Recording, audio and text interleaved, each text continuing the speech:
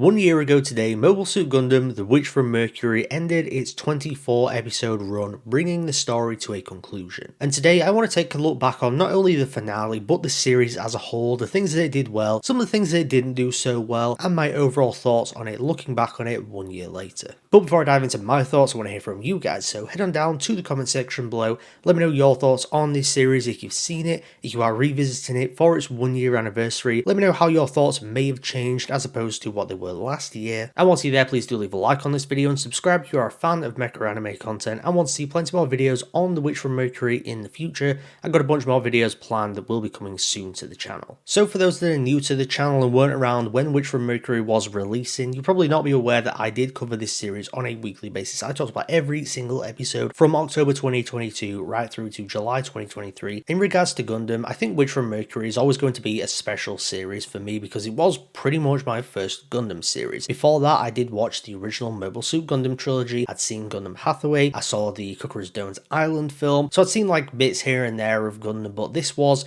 the first Gundam series that I was watching as it was airing. I was kind of, within the realm of the conversation as and when it was going on, which was very, very exciting. And not to mention that it was one of my favorite anime series of 2022. I think it was my second favorite when it came to the first call, just behind Maiden Abyss Season 2. And then in 2023, it was probably my favorite anime series of the year, even going up against something like Jujutsu Kaisen Season 2. As great as that was, and as great as something like Frieren was, there was something about Witch from Mercury that I just loved the experience of watching. And I think part of it comes down to not knowing what was going to come in the next episode. And it's one of the things that always excites me about an original anime series that isn't tied to some source material, because there's always this like kind of fear that people out there know what's coming next and they can kind of tease those things and say, well, wait till next episode because some big things are going to go down. What's most exciting about something like Gundam, which generally keeps away from adapting source material, is that you don't know what's going to come next episode. You don't know who's going to die. You don't know what's going to happen.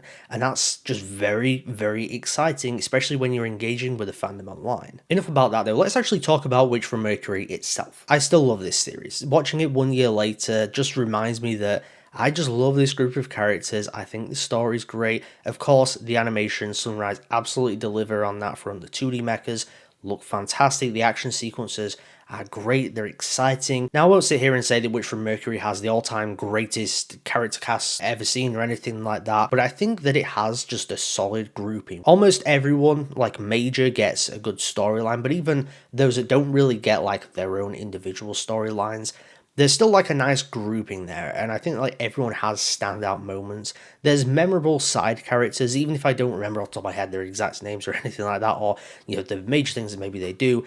There's generally like a good side cast of characters, and of course the main cast as well.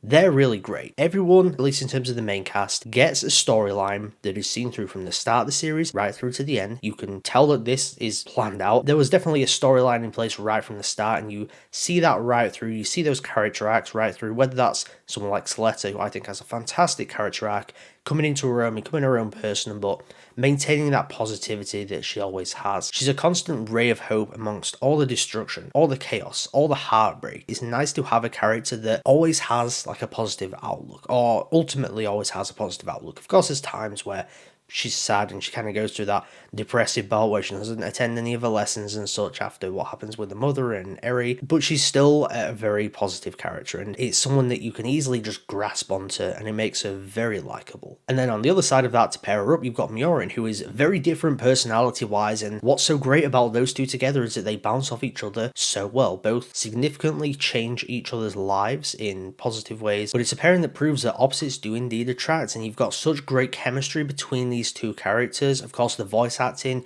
really helped with that. Speaking of voice acting, I did actually watch the English dub when I was doing my rewatch, and I gotta say, it is a fantastic dub.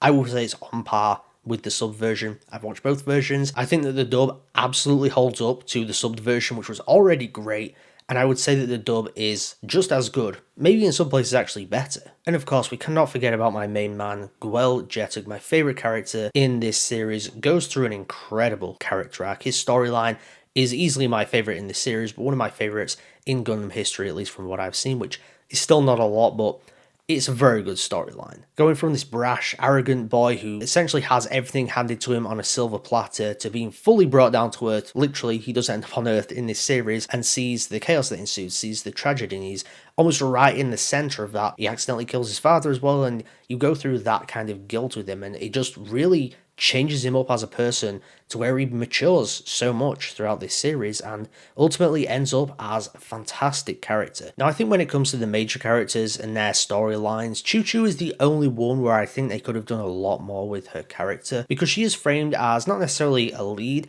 but she's kind of somewhere up there where she's, you know, in the higher tier of the supporting cast. She's up there with someone like Nika, someone like Sharik, someone like Elan.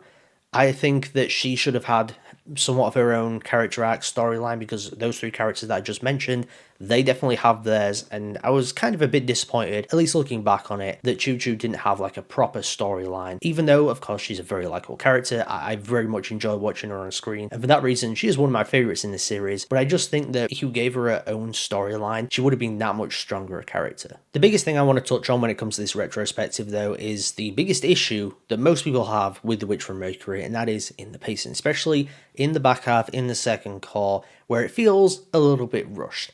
And looking back on it, rewatching it like as a binge watch, I think that those pacing issues are still there, but at the same time, there's a lot that really doesn't bother me about that, because I think ultimately the story that was being told is well told. I think the character arcs are seen through, but there's a lot of stuff, of course, where things were kind of set up and people wanted to see more of certain things and they didn't get those things, and then I guess they kind of shout pacing issues, and there's truth to that. It's very fair to look at this series, and especially when you watch it on a weekly basis, you've got that time to let everything sink in, theorize about where certain things will go, theorize about what you could see potentially, especially when it comes to Earth, where a lot of that stuff is not as heavily touched on as you may think it would have been based on watching it on a weekly basis. But I do look at that and think, was it just us theorizing a lot and having those week-to-week discussions? Sometimes when you have all this time to think about things and theorize, you'll come up with stuff that was maybe never intended. And ultimately, when you look at this series and you look at the story that's being told, that story is well told. Just because there isn't, you know, there's so much fleshing out done with Earth and so much like backstory given on certain events, so much of the war aspects being touched on, it doesn't mean that the core storyline that is being told is diminished or not fleshed out enough. It's simply not the case, because I think the actual main storyline, the story that is at play in this series, the whole purpose of Witch from Mercury existing, is well told.